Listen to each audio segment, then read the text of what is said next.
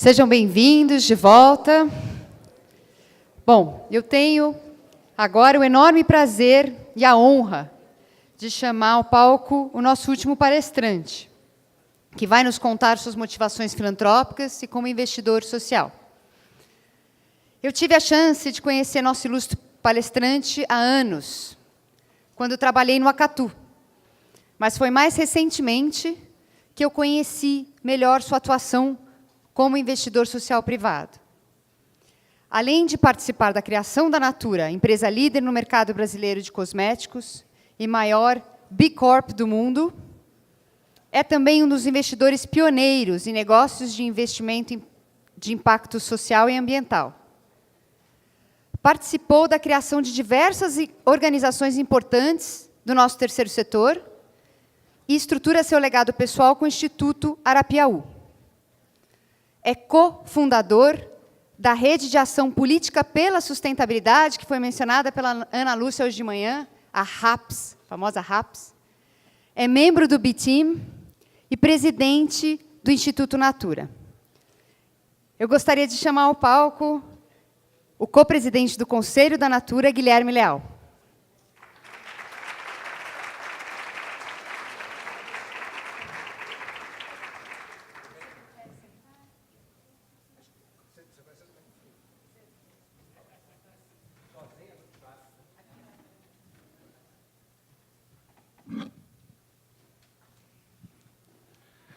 Muito bem, muito boa tarde a todos. Fim de tarde de um dia que eu tenho certeza que foi muito rico. Eu só peguei uma pontinha do Eli, que é uma grande inspiração para todos nós. Obrigado, Paula, obrigado, Marcos, obrigado pelo convite. Eu tinha brincado com a Ana Lúcia e não estou brincando. Acho que você devia sentar aqui junto, porque isso aqui é uma tarefa... O que nos une aqui, eu estava pensando, né? Mais do que ser grant maker, participar, ser diretor de alguma ONG, ser um investidor social, eu acho que o que nos une aqui é uma vontade de promover mudanças, né?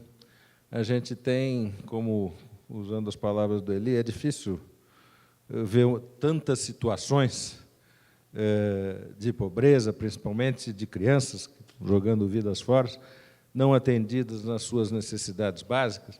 E eu acho que o que fundamentalmente nos une aqui, primeiro, porque eu gostaria de falar com as pessoas, com os indivíduos, não com as instituições, porque as instituições são criadas a partir de cada um de nós, daquilo que nos mobiliza, daquilo que nos faz levantar da cama, né, daquilo que nos causa indignação. E eu acho que essa...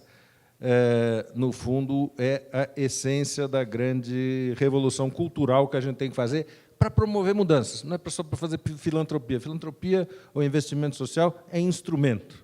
O que a gente quer é mudança.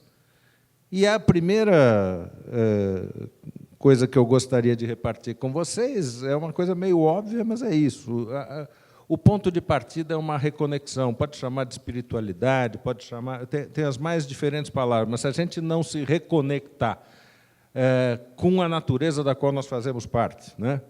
Por mais que o Ibope, acabamos de ver lá numa outra apresentação, que é baixo de meio ambiente, sustentabilidade é uma coisa baixa, mas, continuo dizendo, eu acho que a base de tudo é uma reconexão de nós mesmos, de cada um de nós, com esta grande natureza da qual nós fazemos parte, e com o coletivo, com as comunidades, com os seres humanos em geral, que são... Essa percepção de interdependência, eu acho que é a chave do início da transformação. Cuidar de mim não existe sem cuidar do outro. Quer dizer, eu e o outro temos uma relação, a física quântica, hoje em dia, já demonstra com bastante clareza esta relação entre o observador e o objeto observado, essa interação, a gente não sabe se é onda, se é matéria. A verdade é que nós somos todos interdependentes. E eu acho que a percepção disso, a introjeção disso definindo nosso comportamento, é o início de toda a transformação social que a gente, acho que sonha aqui juntos promover. Cada um de nós tem inúmeros papéis. Nós somos consumidores, nós somos pais, nós somos eleitores, nós somos dirigentes de organizações, nós temos muitas faces. Em cada uma dessas faces, ela pode manifestar uma contribuição para essa transformação. Eu acredito piamente, estava conversando, não sei onde é que está aqui agora, tá, com algumas meninas da Choca, que essa coisa do agente da mudança, que todos nós podemos ser, para mim é uma coisa que me acompanha já há muito tempo. Então, primeiro, o convite e convocação é falar, esqueçam os crachás, as instituições, e se comprometam pessoalmente, se a gente quer ver, de fato, a coisa mudar, é uma coisa da gente em todos os nossos múltiplos papéis. Agora, a gente sabe dos desafios da transformação que a gente sonha. A gente sabe o tamanho, a complexidade. Se a gente falar em Brasil, é enorme. Se a gente falar no mundo, né, na África, na Ásia, em tantos lugares, nós estamos vendo esse problema da imigração, hoje em dia, quantos dramas humanos existem. Quer dizer, o tamanho das transformações que a gente quer promover, obviamente, é imenso e só se pode avançar em relação ao enfrentamento desses desafios se a gente souber atuar coletivamente, né? Se a gente souber se articular para produzir mudanças. O setor filantrópico, o setor de investimento social, é absolutamente fundamental. Todos nós sabemos disso. Nas suas múltiplas formas, operando, não operando, como grant maker, eu acho que vem evoluindo, obviamente. Nós saímos um pouco daquela coisa da caridade, de lidar apenas com os efeitos, e somos todos aqui artífices e testemunhas de uma evolução muito importante na avaliação de impactos. Será que eu estou dando a minha contribuição, seja meu tempo, seja meu dinheiro, seja o que for, as organizações, as minhas relações, eu estou colocando a serviço de alguma coisa que de fato transforma, ou é apenas um band-aid nas questões e que alivia apenas a minha consciência, a minha alma? Já é importante, nem todo mundo precisa de um refresco de vez em quando, mas a gente sabe que quem está comprometido com a transformação quer algo mais. A gente viu alguns indicadores agora sobre o crescimento dos recursos investidos nos Estados Unidos, em uma década, 80%. Vimos que, no Brasil, esse crescimento é bastante mais moderado, e, comparativamente, vimos um posicionamento aí que descemos não sei quantos, 10 ou 15 posições na tabela dos maiores investidores, somos a 10ª economia do mundo, somos 105, se não me engano, né? 105, ocupamos essa posição entre os doadores. Quer dizer, o espaço para a revolução cultural que a gente tem que promover é enorme, da cultura da solidariedade, que entre as várias palavras lá usadas, da caridade, da filantropia, do investimento social, que as pessoas nem reconhecem ainda, tirando os experts que estão nessa sala, mas a solidariedade, para usar a palavra mais aceita, para ampliar esse espaço da solidariedade, nós temos um universo de oportunidades, né? Mas a percepção que eu queria compartilhar com vocês, e eu acho que eu não estou trazendo novidade nenhuma, eu estou trazendo convicções construídas ao longo de uma experiência.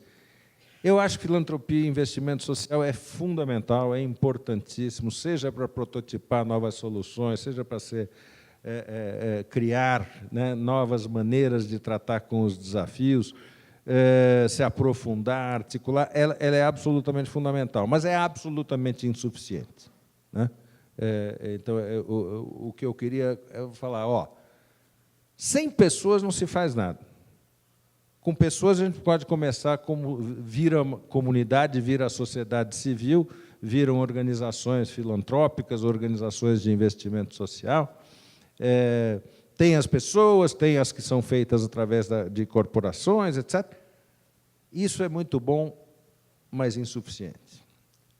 O que se adiciona, e eu não estou falando, o que para mim vem em seguida? Eu acho que os negócios devem ser instrumentos de transformação social, devem ser construtores dessa mudança, têm um poder que não vejo no setor, na sociedade civil, o mesmo tipo de poder. Cada um tem a sua natureza de poder. Acho que, se a gente não for um passo adiante, e eu não estou falando em direção às empresas, para produzir, para serem parceiras nesse processo de transformação, eu acho que a coisa não vai acontecer mais uma vez. Quer dizer, são pequenos movimentos aqui e ali. E eu não estou falando da empresa como caixa, como aquela organização que escreve um cheque, que destina um cheque. Eu estou falando do uso das competências diversas das empresas, da sua capacidade de inovação, das suas redes sociais, das suas instalações físicas, dos seus conhecimentos acumulados. Eu acho que, se isto é colocado a serviço da transformação, se as empresas são capazes de olhar os desafios da transformação do capitalismo, da sociedade, das questões ambientais. O Marcelo mencionava agora há pouco, numa outra conversa, o clima está aí mostrando a sua cara, por mais que ainda não Ibope não sensibilize, mas os indicadores são muito claros que os desafios são urgentes, né? Sérios e urgentes. Eu entendo. E, por outro lado, obviamente, as condições sociais de parte do mundo, as pessoas que não têm acesso à água, eu não vou ficar aqui recitando Padre Nosso para o vigário, mas que são absolutamente inaceitáveis. Para olhar esses problemas, os desafios sociais e os desafios ambientais, como oportunidades de construir novos e saudáveis negócios, eu acho que é um instrumento de transformação fundamental. Não vou ficar fazendo propaganda da empresa que eu tenho a satisfação de ter ajudado a criar, mas, no fundo, o que a gente fez, a gente era um fundo de quintal, num mercado altamente competitivo, sempre teve aqui, principalmente as mulheres deste salão podem testemunhar, que não falta oferta de produtos para os cuidados pessoais, para a beleza, para a higiene das mulheres. Como é que a gente sai de um fundo de quintal num mercado muito competitivo e consegue se destacar? Eu acho que, se tivesse que reduzir numa frase, foi que a gente buscou não apenas oferecer produtos que pudessem ajudar as mulheres nesse se cuidar, mulheres e homens, obviamente, mas eu acho que a gente tentou trazer um pouco, vender não num produto, vender informação, vender consciência, vender valores, associar, de fato, o modelo de negócio da empresa a uma contribuição mais ampla para essa transformação. Então, eu sou parcial, totalmente parcial, tem muita gente que pode ser contrária e deve demonstrar que assim não é, mas eu faria tudo outra vez. Quer dizer, eu acredito que tem um espaço, estou tentando fazer. E acho que muitos empresários no mundo estão crescentemente percebendo que olhar de uma maneira mais ampla o que é a definição de resultados, olhar os desafios sociais e ambientais que nós temos como país e como comunidade global, olhar isso não apenas no sentido da responsabilidade que temos e da destinação de uma parcela dos resultados, eventualmente, para determinados projetos ou para determinados temas, mas olhar o desafio. Pô, negócio é ver problema e não conseguir ficar quieto, é inventar solução. Quando você inventa uma solução que é competitiva para resolver um problema, você criou um negócio, né? É disso que nós estamos falando.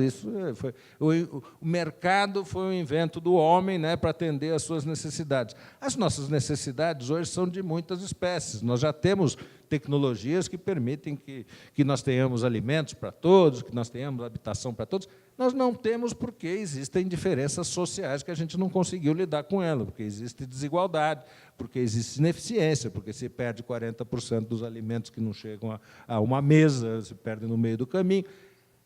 Se a gente entender que alimentar decentemente, que dá educação, que dá condições de moradia decente, um atendimento médico, não tive a oportunidade de participar, mas principalmente na primeira infância, isto é transformador, de fato, e isso é oportunidade de negócio. Se a gente ficar olhando só aquele produtinho que atende uma funcionalidade, seja lavar o cabelo, seja permitir a comunicação, um celular, se a gente entender que o produto é só para cumprir aquela funcionalidade, sinto muito, mas eu não acredito que a mudança ocorra.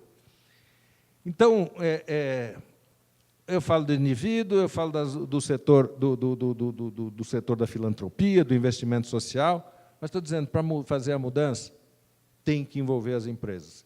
E mais do que então, só a filantropia corporativa, que é muito importante, obviamente, e foram discutidas, a Regina comentou algumas coisas sobre as nuances, as tendências de operação mais pelas empresas e não pelas instituições.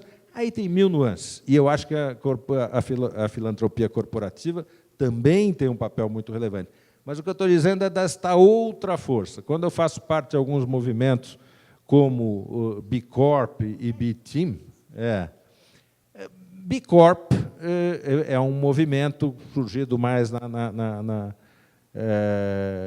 costa oeste americana, que explicita, Benefit Corporation, né? O Empresas B, que tem um compromisso explícito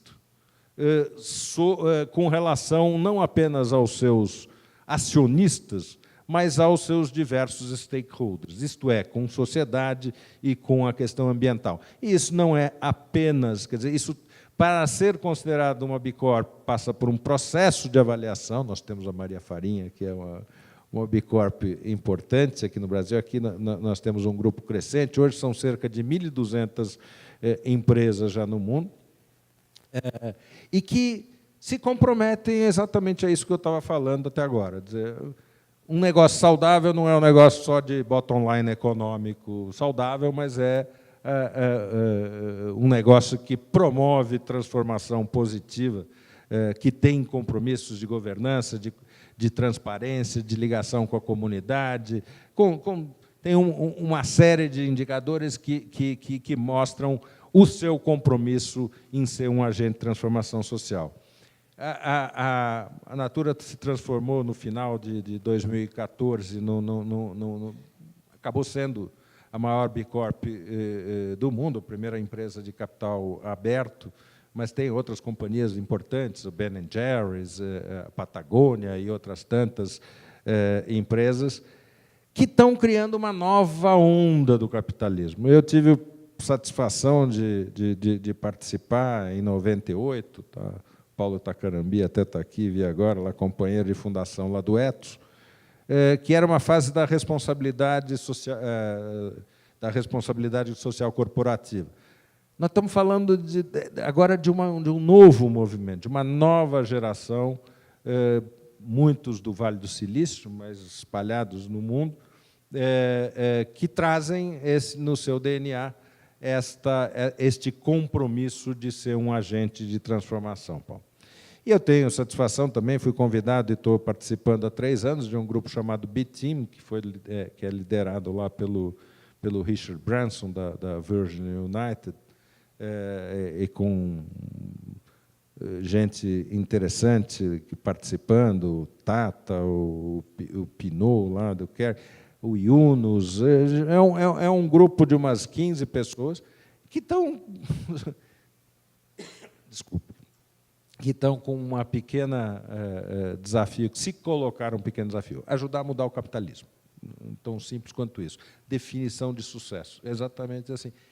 negócio é feito. Aliás, eu adoro a posição do Yunus, quer dizer, que é uma pobreza achar que negócio é um treco feito só para gerar lucro econômico para os seus acionistas. Eu não tenho nada contra o lucro, muito pelo contrário. E acho que as coisas, que a sustentabilidade econômica das organizações, sejam privadas, com fins lucrativos, seja sem fins lucrativos, acho que está maior relevância. Mas é uma pobreza definir negócio ou limitar o empreendedorismo à construção de bottom lines econômicos, de resultados econômicos. É uma pobreza, eu acho, uma miopia total, né? Para mim, resultado econômico, o que eu falo é que nem assim para nós, seres humanos, é respirar. Não dá para falar, espera aí, vou parar de respirar enquanto eu vou resolver alguma outra coisa, enquanto eu vou me alimentar. As coisas têm que ser concomitantes. O lucro, a sustentabilidade econômica é aquilo que dá a condição de você ir fazer uma série de coisas. Então, não tenho absolutamente nada contra o lucro, mas acho uma pobreza a gente entender que resultado de negócio ou projeto de vida é ser rico, bilionário. É uma pobreza enorme. Mas isso é cultural. Eu não estou falando que é de poucos isso. E não é Brasil, é mundo, obviamente. Mas eu acho que nós temos esse desafio de mudar. O que é ser bem-sucedido? Qual é a definição de sucesso do capitalismo? O que vai fazer um jovem hoje de 10, de 15 anos mudar a sua perspectiva de vida? O que vai estimular que ele vá saindo daquela fase de adolescência, daquele sono impossível de aguentar, que vai fazer ele, de fato, se empenhar, arregaçar as mangas? Será que é só ser bilionário? Será que é só fazer parte da lista da Forbes? É muito pouco, é muito pouco. As figuras que a gente lembra, mas os grandes expoentes da história, foram pobres, né? Eu sou espiritualizado, mas não sou religioso. Mas os grandes líderes espirituais do mundo deixaram marcas muito mais profundas do que qualquer bilionário que tem num monte de lista, né? Aliás, eu tenho muito orgulho de estar numa capa junto com a Ana e outras coisas, mas eu detestei aquela capa da Exame. Que pobreza, avacalharam, quer dizer, a gente não queria sair, mas estava pela causa, né? Mas aí, assim, os bilionários, não sei o que lá, é uma pobreza. Então, eu acho que um dos desafios dessa mudança cultural passa por aí. Mas, voltando na minha historinha, o que eu fui me convencendo ao longo desses muitos anos, desde o começo da década de 90, eu tive envolvido com vários movimentos da sociedade civil, tive envolvido com a construção dessa cultura das empresas serem agentes de transformação social, mas eu vi que ainda era pouco. No final, há 5, 6, 7, 8 anos, 2007, 2008, quando eu estava justamente tentando começar a organizar o que veio a se tornar o Instituto Arapiaú, instrumento que o meu querido Marcelo aqui lidera, uma organização, eu me dei conta que a gente estava deixando passar algumas coisas fundamentais se a gente quisesse melhorar o futuro, e aí eu estava pensando mais especificamente no Brasil. Eu me lembro de 2008, parar para refletir, justamente no ano de criação do Arapiaú, e falar... Nós estávamos às vésperas da crise, ela já estava instalada, só faltava explodir, né? Mas foi antes lá do fim do ano, da explosão lá do Lehman Brothers.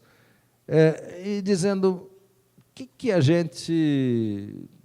o Brasil, como é que o Brasil se coloca diante dessa crise, quais são as oportunidades, o que vem acontecendo, e a gente sabe dos avanços que nós tivemos depois do período autoritário, depois da Constituição de 88, nós tivemos, inquestionavelmente, muitos avanços institucionais que estão aqui, com todo o meio dessa crise total, mas foi na Constituição de 88 que se constituiu o Ministério Público e os instrumentos de justiça que estão hoje aí mostrando toda uma situação, expondo uma situação.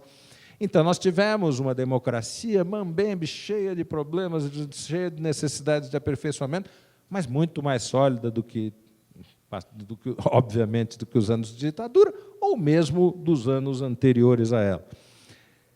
Tivemos uma inclusão social importante, tivemos uma ampliação, uma universalização, quase uma universalização do ensino, apesar da qualidade absolutamente sofrível, mas as lacunas são óbvias, são evidentes, seja no âmbito da segurança, seja no âmbito da saúde, seja no âmbito da qualidade da educação. E eu, em 2008, me perguntava assim, foi chegando 2009, até o final do período Lula, etc. 2010 foi um ano da festa, né, da 7% de crescimento, estamos pagando um preço agora. Mas surgiu justamente essa dúvida, falar, pô, mas nós temos um monte de problemas, o que a gente quer ser? Ok, temos avanços para celebrar, mas temos desafios para endereçar. O que vai ser esta eleição presidencial que se aproximava em 2010? Né? E o que a gente via, na minha percepção, era uma pauta completamente... Tinha um ciclo que começava a mostrar. Agora todo mundo está dizendo que acabou o ciclo, mesmo precisamos desenhar um novo. Naquele momento já estava claro que existia uma discussão, que havia uma necessidade de uma discussão de futuro, que país que a gente quer ser, que sociedade que a gente quer ser, que prioridades que a gente quer estabelecer. E aí, o que se avizinhava era uma discussão do passado, uma discussão de o Fernando Henrique foi melhor ou pior do que o Lula, naquela comparação, né? E o Lula tentando, como conseguiu, eleger aquela pessoa que ele, numa escolha pessoal, fez e colocou como candidato. Resumo da ópera, eu me dei conta que, sem a política, precisamos de sociedade civil, precisamos de indivíduos conectados, precisamos de sociedade civil organizada das mais diferentes formas e com os instrumentos e com as ferramentas necessárias. Precisamos de empresas conscientes, de empresas que incorporem na sua estratégia, no coração dos seus negócios, a contribuição para a promoção da mudança, da evolução social e ambiental. E tudo isso junto é insuficiente, porque sem a política, é a política que dá escala, de fato. São as políticas públicas que vão transformar, de fato, os grandes contingentes ainda não atendidos na sua capacidade, nas suas possibilidades de desenvolvimento humano. E, por isso, me envolvi naquela experiência, em 2010, entramos no processo eleitoral, meu objetivo era muito claro, não era ganhar a eleição, coisa nenhuma, era trazer para a agenda alguma coisa que a gente achava que era importante. Que este modelo político estava esgotado, que este modelo econômico de crédito e consumo apenas estava esgotado, e que, então, o que a gente quer ser? Sem nenhuma arrogância de ter fórmulas prontas, mas temos todos nós que nos envolver e discutir se a gente quiser construir um país melhor. Saí daquela experiência com duas convicções. A primeira é essa daí, quer dizer, precisamos juntar esse conjunto de fatores, pessoas, organizações da sociedade civil, empresas e lideranças políticas para produzir as grandes transformações que queremos. E saí também com uma convicção pessoal de que não era a minha vocação estar na linha de frente da política. E, para lidar com essa questão, é que acabou, que a gente se colocou e falou, bom, como é que faz? Estão faltando lideranças. A gente testemunha essa carência de liderança, nos mais diversos sentidos, mas falando especificamente de lideranças políticas, quando você olha hoje o que está acontecendo no nosso Congresso, etc., isso é mais do que claro. Aquelas figuras que a gente tinha, que eram referências, os Montoro da vida, os Covas, os Tancredos, cadê eles mesmo? Quer dizer, hoje está difícil de achar um, dois, né? E, a partir daí, fala, bom, não tem solução mágica, mas dá para tentar construir caminhos, né? E aí que a gente acabou, com um grupo de companheiras, a criar a rede que a Paula mencionou, a Rede de Ação Política pela Sustentabilidade, cujo objetivo é atrair e revelar, dar apoio a novas lideranças políticas para produzir a transformação que a gente quer, para se somar nesta cesta que eu descrevi nesses minutos. Dizem, bom, mas não é possível, mas é muito difícil, mas ninguém gosta de política, hoje a rejeição à política é maior. Pois é neste auge de rejeição que a gente propôs falar, pô, mas vamos inverter esse jogo, porque é tão óbvio que, se a gente achar que a política não é com a gente, nós vamos ser, nós estamos fatalmente destinados a ser governados por pessoas que não têm o nosso respeito e nem as qualificações necessárias para governar. Então, este processo de atrair lideranças que tenham compromisso é muito simples. Assim, tem compromisso, primeiro, ético, que devia ser obrigação de todo mundo, mas hoje é uma distinção, né? Quer dizer, agir de uma maneira... Ser, de fato, um servidor público e não se servir do público, hoje está, infelizmente, virando a exceção. Então, o que se exige dessas lideranças, que, aliás, tem algumas aqui que me dão muita satisfação e orgulho. Compromisso ético, compromisso com transparência, com accountability, com servir o público, e compromissos com discutir, sem uma visão pré-concebida, formatada, quadradinha, sobre o que é um desenvolvimento de qualidade, o que é um desenvolvimento que tem sustentação no tempo, que é um processo de aperfeiçoamento constante. O que é isso? Se a gente não aprofundar esta qualidade de desenvolvimento, se a gente achar... A gente sabe que, quando a gente tem um PIB decrescente, ou um PIB estagnado, como temos hoje, com a inflação, isso é horroroso. Agora, falar só de crescimento de PIB também é outra miopia. Se a gente tem uma epidemia que é capaz do PIB subir, porque você vai ter que tomar uma série de medidas. Quer dizer, se a gente não significar um pouco mais o que é o desenvolvimento, e não apenas, quer dizer, dialogando com a questão apenas do crescimento do PIB, nós vamos mudar muito pouco. Nós temos, para esse mundo ser mais sustentável para as futuras gerações, estou acabando, nós temos que mudar a cultura, nós temos que mudar os nossos valores, né? Se a gente entender que só o acúmulo, se a gente não reverter essa relação entre o ser e o ter, se a gente não valorizar mais, de fato, o ser de cada um, as possibilidades de ser de cada um de nós, ao invés de definir felicidade como um acúmulo de um monte de bagulhinhos aqui mais bonitinhos, mais vermelhinhos, mais prateadinhos, ou mais assim. Eu sou um cara que eu tenho uma empresa de bens de consumo, eu sei disso, mas eu não acredito nisso. Eu acho que esse consumerismo tem que mudar. E eu não sou xiita, ambientalista, enjaulado lá, não sei o que lá, não. Tem uma vida normal, mas eu falo, não segura, não sustenta, não dá. Tem uma mudança, por isso que eu sempre convoco e convido, né, a todos, como pessoas, em primeiro lugar, porque não somos nós que vamos fazer a mudança. A nossa definição de felicidade tem que mudar. E nós temos que engajar todos esses setores. A RAPS, finalmente, a política, como eu disse, fecha para mim esse ciclo. E eu acho que os resultados estão sendo bastante interessantes. É uma ideia de uma rede de pessoas, tem aqui apoiadores, inclusive, da RAPS também, que não é um movimento de A, de B ou de C, é um movimento da sociedade civil, de lideranças diversas que apoiam, que entendem que, sem uma política de melhor qualidade, nós não vamos promover a transformação. Política, a filantropia, as empresas, etc.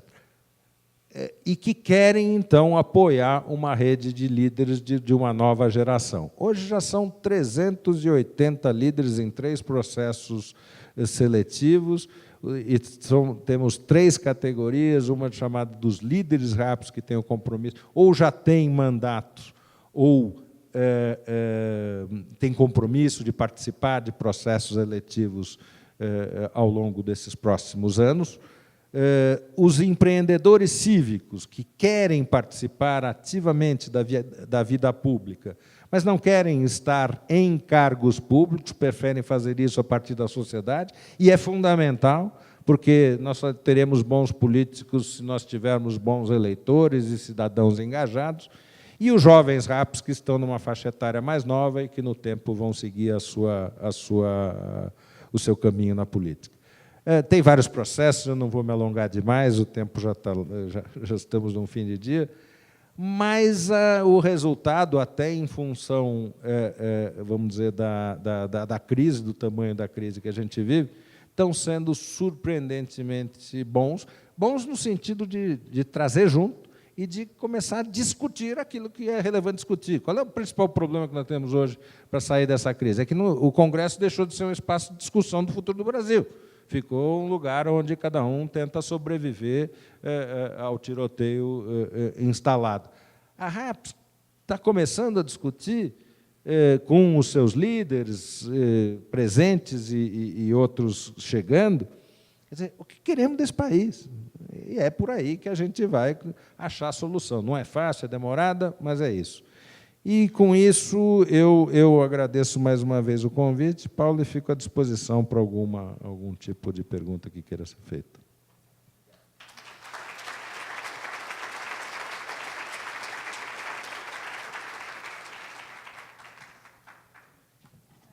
Quem quiser fazer pergunta, tem o papel na mesa, né, que pode ser usado, e a gente tem também o microfone. Mas eu queria começar, né, com duas perguntinhas.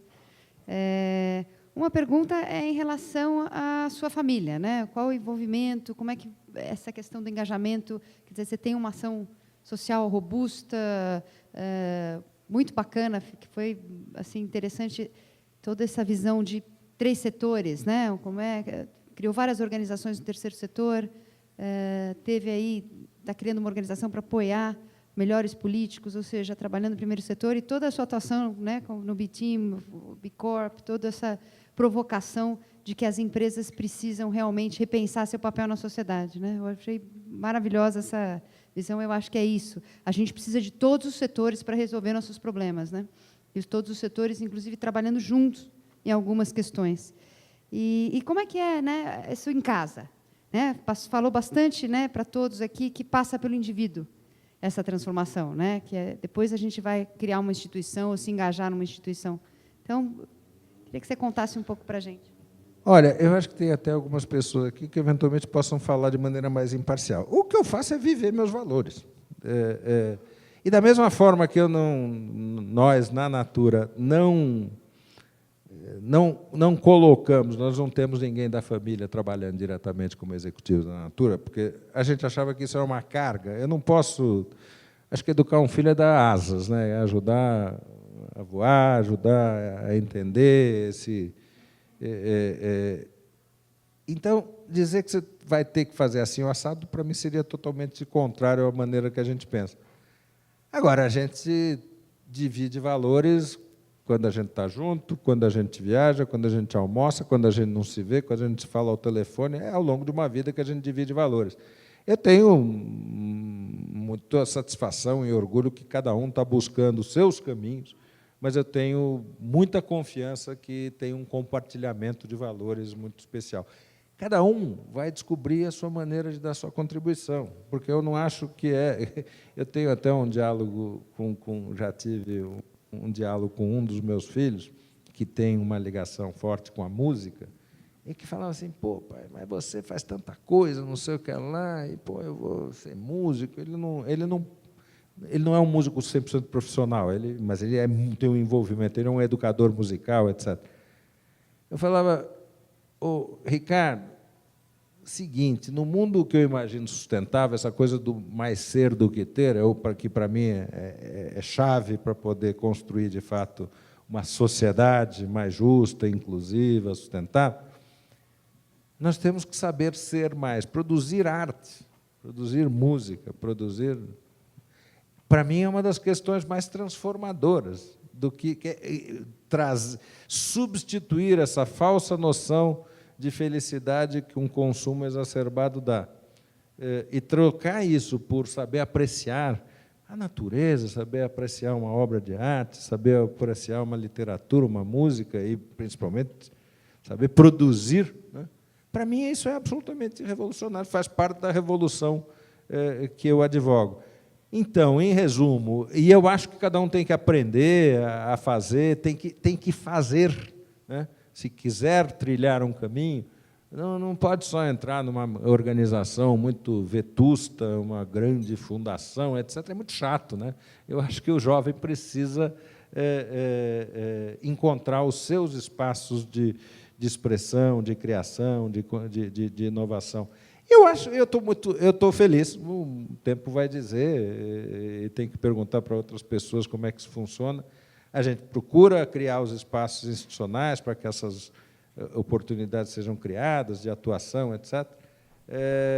Eu tenho muito amor e orgulho pela molecada que está vindo aí. E uma pergunta para finalizar, antes da gente passar para o nosso público. E o Giving Pledge? Qual que é a tua visão desse movimento? E como é que você acha que a gente trabalha essa questão no Brasil? Eu acho importante... Bom, eu acho que todo mundo concorda aqui, que eu tenho certeza que é unanimidade, que o Brasil não estimula nada, vamos dizer, pelo contrário, né? Quer dizer, você ser filantropo aqui no Brasil. Acho que tem uma mudança para ser perseguida, e, mais uma vez, eu sei que tem várias ações em andamento, em curso, e são super importantes. Porque, se a gente não criar um ambiente mais favorável, é difícil que isso, ao longo do tempo, tenha um crescimento expressivo. Eu acho que está ganhando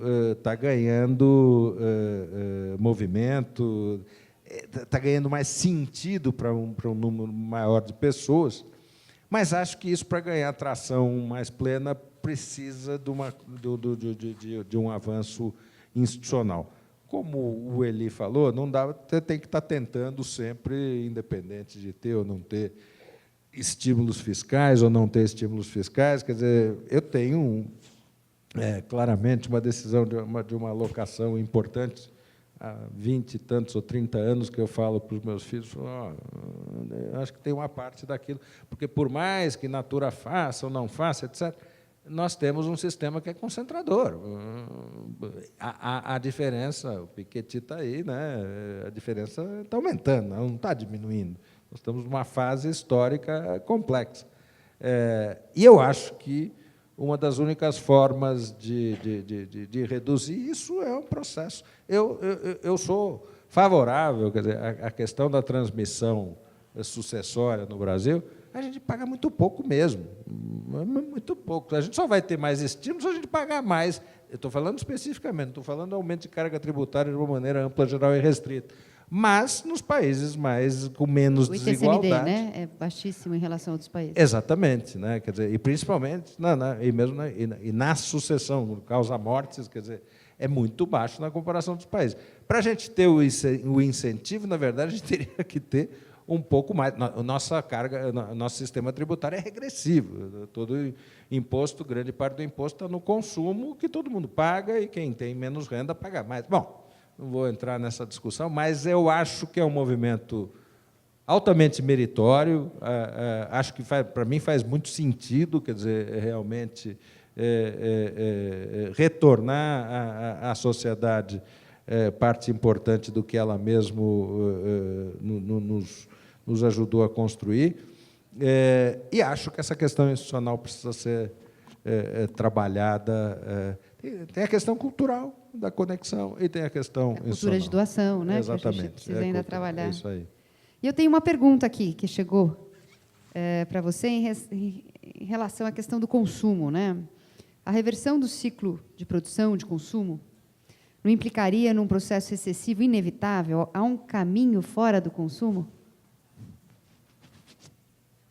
Como é que é? Deixa eu ver se eu entendi. Quem que fez a pergunta? Se quiser me explicitar. A Andréia. Vai lá, Andréia. Refraseia para ver se eu pego melhor eu acho que a ideia que ela está querendo... Vou tentar... Para mim ficou claro. Mas a ideia é de a gente vive numa sociedade onde o consumo é parte de todo o processo produtivo e de crescimento, e que, inclusive, crescimento econômico também gera inclusão social. E aí, vamos dizer, a reversão desse ciclo de consumo não implicaria num processo recessivo inevitável? Ou seja, existe um caminho fora desse modelo que a gente criou? A gente pode achar que não produzir, não consumir, quer dizer, se a gente quiser reduzir consumo, então nós vamos sofrer, as economias vão ter recessões, etc., etc. E a gente tem que mudar a economia também, porque os economistas, que eu respeito muito, tal, mas inventaram um negócio como se não tivesse resíduos, né? E como se não tivesse limitação de recursos. Nenhuma coisa, nem outra é verdade, e isso está cada dia mais claro. Quer dizer, por outro lado, as tecnologias estão trazendo possibilidade de viver, de criar uma nova economia, que é a economia do compartilhamento.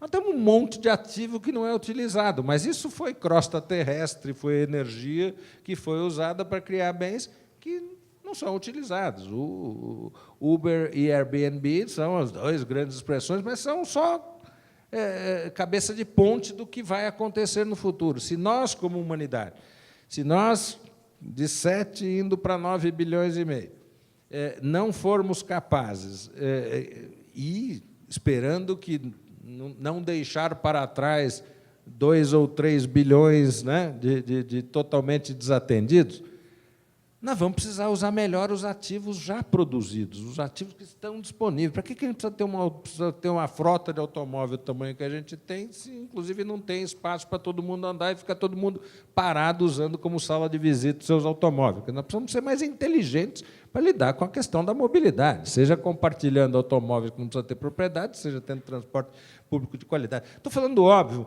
mas para que, se tanta gente tem tantas casas sobrando que podem fazer, por que elas não podem acolher como está? Pode e deve. A tecnologia vai facilitar essas conexões. Então, eu acho que existem mudanças culturais, André, que podem fazer. Por que a gente trabalha, por que a jornada no mundo é de 40 horas semanais? Já foi muito mais. Diziam que, se fosse reduzir, que ia quebrar as empresas e o capitalismo. Isso no século XIX. Diminuiu e não estourou. Não pode ser menos? Será que o homem não foi... Eu não sei como é que é o processo, eu não sei se demora 5, 10, 50 anos, mas nós não estamos fadados a viver sempre se alimentando do consumo, e, se não consumir, vai quebrar a empresa e vai produzir desemprego. Eu acho que isso é uma falácia. Agora, a mudança é complexa, ninguém está dizendo que isso acontece do dia para a noite, mas eu acho, sim, que nós temos que caminhar. Quando a gente for seres mais iluminados daqui, eu não sei se é 1, se são 2, se são 3 séculos para frente, eu acho que a gente vai dar risada da gente mesmo. Assim, né? A gente pensa assim, eu gosto de brincar com a história dos carros, né? Que você não precisa nem ser marciano, basta você ir ali até a Lua, dar um pulinho na Lua e olhar para cá, e você olha aquele monte de formiguinhas entrando dentro das suas latinhas que soltam fumacinha, um é pintado de uma cor, outro é pintado da outra, e as pessoas ainda ficam assim, dizendo, olha só como eu tenho a minha latinha mais bonita que a sua, né? Porque tem esse negócio. Quer dizer, é um estágio, nós estamos ainda no estágio primário como seres humanos. Eu acho que nós não descobrimos ainda a potência que nós temos com as nossas próprias energias, as formas de comunicação.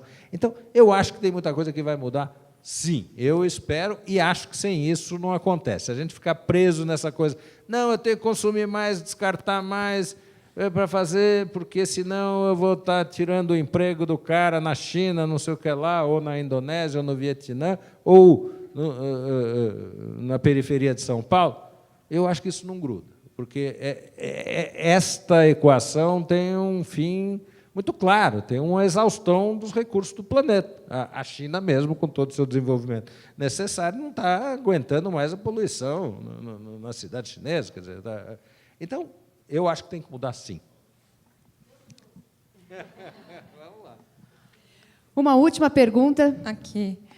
Temos 2. Então, eu vou pedir para serem breves com as Guilherme, perguntas. Boa tarde, obrigada pela sua explanação, por compartilhar com a gente suas ideias, suas experiências, seus sentimentos também.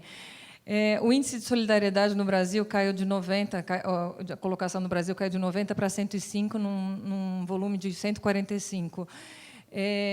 No momento de crise, a gente escuta muito mais não, com muita mais facilidade, né? Se justifica pela crise, não aos recursos, não ao investimento e não à ajuda do terceiro setor. A gente que está aqui tem escutado bastante com teses sólidas, que é a crise e a falta de dinheiro. Como a gente influencia muito, você é um exemplo, você influencia através do exemplo, você é um homem de sucesso, de vanguarda, e que sempre se preocupou com causas do terceiro setor, ambientais, sustentabilidade. Então, você ajuda a influenciar os outros pelo exemplo.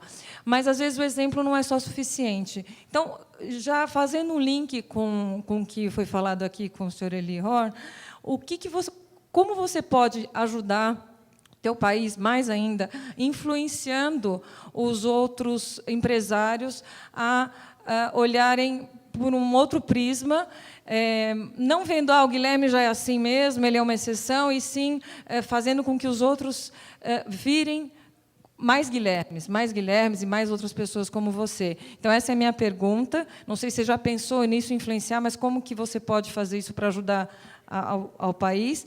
E a segunda coisa, você falou que com a RAPS você fechou um ciclo. E aí eu te pergunto, what's next? Bom, eu acho que o que eu tenho tentado fazer... primeiro, eu subscrevo o que o Eli falou, é tentar, tentar, tentar. Se vai dar certo ou não vai, a gente vai vendo. Precisa medir. Por aqui deu certo, vamos mais. Se não deu, muda, vai para lá. Mas tem que tentar. Não é ser otimista ou pessimista, é ser teimoso, resiliente e não desistir. Acho que tenho tentado fazer isso, quer dizer, quando a primeira metade da década de 90, a gente fez muito internamente, tentou, na natura, viver estas crenças e valores. No meados da década de 90, a gente ajudou a criar, com muitos bons e companheiros, um instituto para promover a cultura empresarial da responsabilidade social. Era uma maneira exatamente de ampliar. Esses movimentos que eu mencionei, não vou repetir aqui para não ser cansativo, mas são movimentos que o BITIM tem uma tese, assim, é o tipping point. Se a gente convencer 10% das lideranças empresariais, o resto vem atrás. Nós somos, por enquanto, 0,01%, mas estamos na luta. O que vai dar? Não sei. São convidados a participar, quer dizer, já participam todos vocês de um movimento de ampliação de consciência. Então, eu acho que é isso, é tentar. E eu costumo dividir muito com meus companheiros de natura, dizendo a principal contribuição que a gente dá é ter uma performance boa com propósito, né? Quer dizer, mostrar que propósito e performance se criam um efeito sinérgico e não são contraditórios, né? Se a gente continuar a fazer isso, e é um desafio permanente, empreender, todo mundo, vocês sabem que é um desafio cotidiano, eu acho que a gente dá uma parcela de contribuição. Quanto ao What's Next, eu acho que está aí, estamos fazendo. Quer dizer, RAPS é What's Next. A gente ajudou a fazer, e há uma agenda que eu queria aproveitar para mencionar, que eu acho fundamental, é de cooperação intersetorial, cooperação intrasetorial, criar, hoje claramente é uma agenda minha, dizer como é que a gente trabalha junto sobre os pontos que são mais relevantes para produzir, de fato, impacto, como é que a gente não fica reinventando a roda, desperdiçando recursos, o IDES fazendo uma coisa, a Comunitas fazendo outra, o Arapiaú fazendo outra. Lógico que tem que ter espaço para cada um ter a sua identidade e a sua inovação, etc. Mas tem umas horas que a gente tem que parar e chegar e falar, escuta, será que se juntar um pouquinho a gente não vai ser mais efetivo para tratar, seja com a questão da infância, seja com a questão da educação, seja com a questão da saúde, seja com a questão, sei lá. Um exemplo disso, e serei breve, foi uma coalizão que se criou no final do ano passado, a coalizão Brasil, Clima, Floresta e Agricultura. Nós estamos, acho que todo mundo mais ou menos concordam que nós estamos sem uma visão de futuro, sem um roadmap de onde é que esse país quer ir. E uma das suas vocações, que dialoga até com aquela minha reflexão lá de que eu mencionei de 2008, que o Brasil tem uma das suas maiores riquezas, obviamente, né? São seus recursos naturais, mas que nós estamos subutilizando. Nós estamos agregando pouco valor, nós ficamos paralisados durante muito tempo numa briga de código florestal, e, na verdade, nós temos um potencial enorme de produção de biocombustíveis, de serviços ecossistêmicos, falando em linguagem clara, água, que nós estamos aqui até faltando, né, e que no mundo inteiro tem essa escassez. Nós somos o país que mais dispõe de água, mas estamos tratando mal. O São Paulo fica como fica.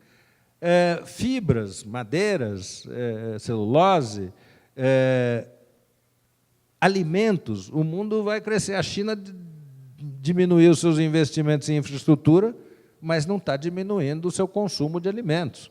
E por aí vai. O Brasil tem um papel fundamental, tem um potencial enorme.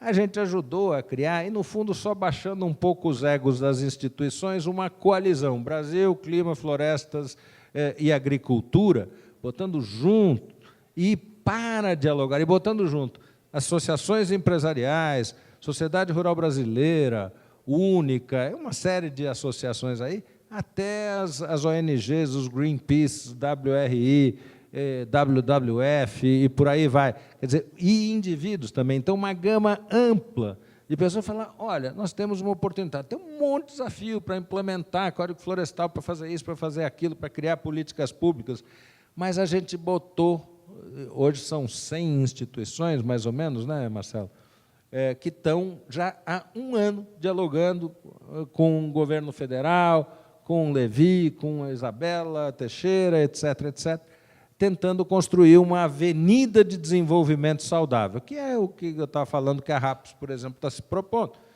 Como é que a gente pensa o futuro desse país?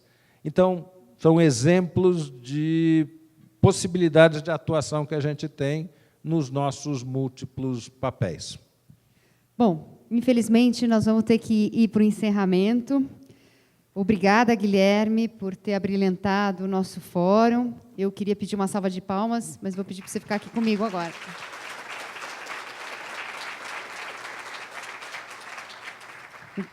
Antes de me despedir do Guilherme, eu queria só aproveitar a ocasião para fazer alguns agradecimentos especiais.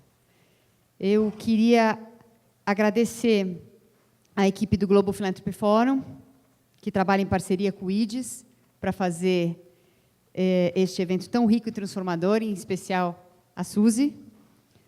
Queria agradecer à Fundação José Paiva Neto, que realizou a filmagem de todo o conteúdo do evento, que vai estar disponível para todos vocês, para quem não pôde vir de manhã, para quem não pôde ver alguma sessão. Ao Antônio Florencio e aos membros do Comitê Consultivo, que nos apoiaram para a realização desse evento.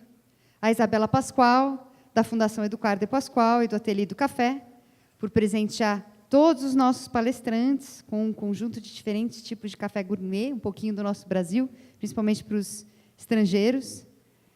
Aos nossos parceiros e apoiadores, a Charities Aid Foundation, a CAF, o Instituto CIA, o BID, Banco Interamericano de Desenvolvimento, a Fundação Banco do Brasil, a Fundação Bernard Van Leer e a Fundação José Luiz Egídio Setúbal. Parabéns, mais uma vez, a todos. Eu acho que tivemos contribuições muito importantes para refletir em relação à governança, que foi na parte da manhã, falou-se muito sobre governança, a importância da gente, né, investir na questão da governança no Brasil, na transparência. Também a questão de resgatar confiança, né, em nós mesmos. Tivemos uma mesa aí que falou bastante sobre o resgate de valores. Eu acho que a gente precisa acreditar mais no Brasil e acreditar que a gente pode sair dessa crise, que a gente pode sair fortalecido, com um país muito melhor. Não posso deixar de mencionar, né, o comentário do Eli Horn, que é tão simples. Como é que ninguém consegue entender que é tão simples, né, fazer, se engajar, doar, participar? E queria terminar também com essa visão, né, do Guilherme, da importância de cuidar do outro e de também juntar forças. Eu acho que foi muito importante isso que você colocou. A gente precisa juntar forças, a gente precisa criar movimentos conjuntos onde a gente pare cada um de fazer no seu espaço e a gente faça junto para a gente conseguir propostas que mudem a realidade do país. Queria agradecer também os nossos palestrantes da mesa temática e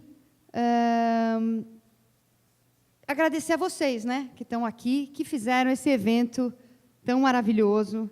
Sem vocês, a gente não tinha evento, né, aos nossos participantes. Queria também pedir uma salva de palmas para a minha equipe, que me ajudou muito. Queria que todos os do IDES se levantassem, a gente pudesse fazer uma salva de palmas à equipe IDES.